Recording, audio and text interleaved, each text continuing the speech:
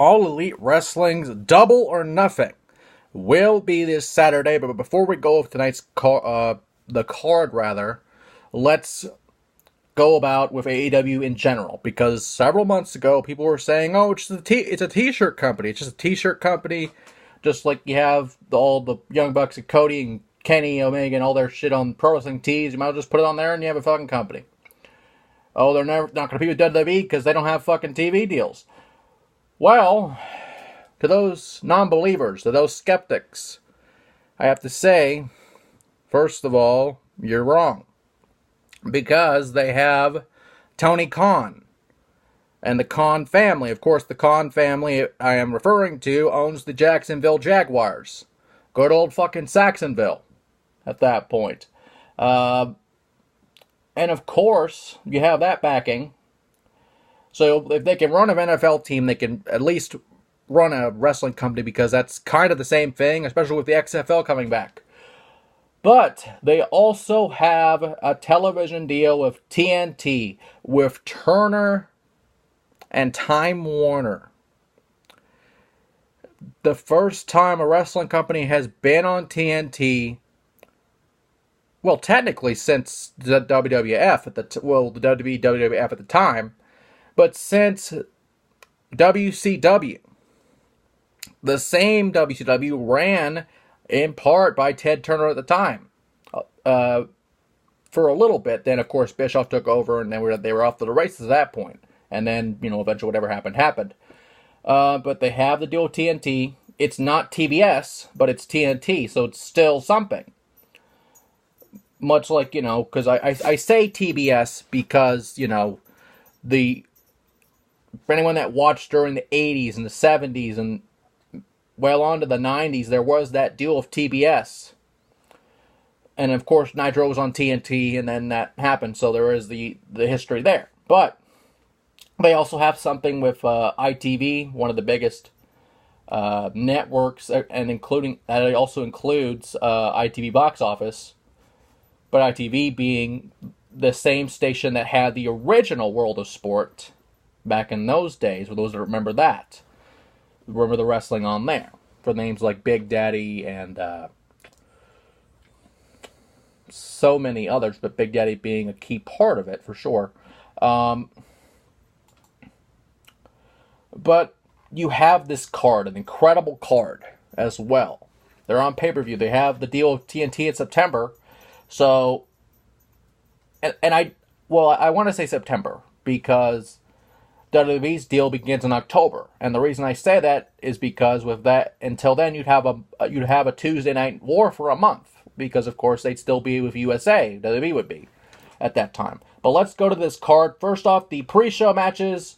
First off, a 21-man casino battle royal for a future AEW World Championship match. And of course, the only title we know about for AEW is the world title. So we would have one of the contenders already there. But let's go with that. We have, and this is not all 21 names yet, but at this point, the last 5 spots are probably going to be mystery men anyway, so who cares? And I apologize if I butcher any of these names, especially some of the latter ones. You have Sonny Kiss, Brandon Cutler, Ace Romero, fucking Glacier, of all people. That's fucking great. Brian Pillman Jr., of course, the son of the late great Brian Pillman. Sunny Days, MJF, otherwise known as Maxwell Jacob Friedman, Joey Janela, Dustin Thomas, Billy Gunn, Jimmy Havoc, Michael Nakazawa, Jungle Boy, who ironically is the son of the late, great, fucking Luke Perry, believe it or not. Isaiah Cassidy, Mark Quinn, and of course, the fucking Luchasaurus, Vibora himself. The fucking Luchasaurus. If you've never seen this guy, he's fucking 7 feet tall. He's in a fucking weird reptile lucha mask. You've seen him on Lucha Underground, probably with the Reptile Tribe. He's fucking huge. fucking huge guy. And, of course, the last 5 slots are mystery men. So anything can happen. I mean, you have fucking Glacier in this. Have fucking Billy Gunn in this. You know, that's a thing. Now, as far as who would win this match, I usually bank on the mystery participants because you don't know who they are and they could very well win this match, especially with Adam Page not having his match anymore. He could be in the Battle Royal. He could get a world title shot, and we'll get to that in a little bit as well. But I don't really know. If I were to pick somebody, I'll make a few picks just because of Battle Royal. You can't really pick a winner directly unless you're just going to just straight shoot and just pick one person.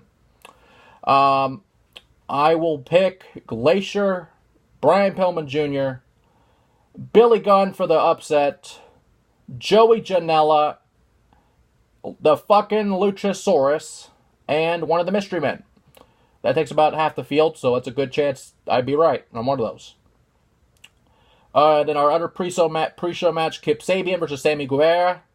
Guevara, you may have seen him on Lucha Underground, AAA, and a couple other fucking promotions there. I don't know why the camera fucked there, but we're too far in this to go back, so we'll just go with it. But I don't really know much about Sabian. I really don't. So I'm kind of forced to pick Guevara. Or Guevara, whatever his name is, fuck him. But, you know, he's a good kid. I've seen him on Lucha Underground a little bit. He has potential. And he could be in this Battle Royal, quite frankly, to be the world champion, in my opinion. Because there's not really any other titles yet. I would assume there'd be a tag belt, a mid-card belt of some kind. But, you know, we'll get to that road when we cross it. Next up, the best friends, Chuck Taylor and Beretta, face Angelico and Jack Evans in a tag match. This I'm looking forward to for sure. Of course, Angelico and Jack Evans, you've probably seen on Lucha Underground.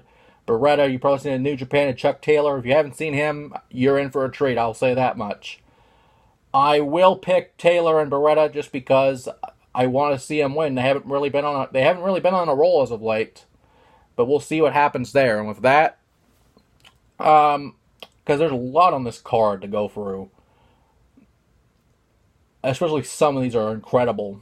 But we will cut it right here and we'll be right back.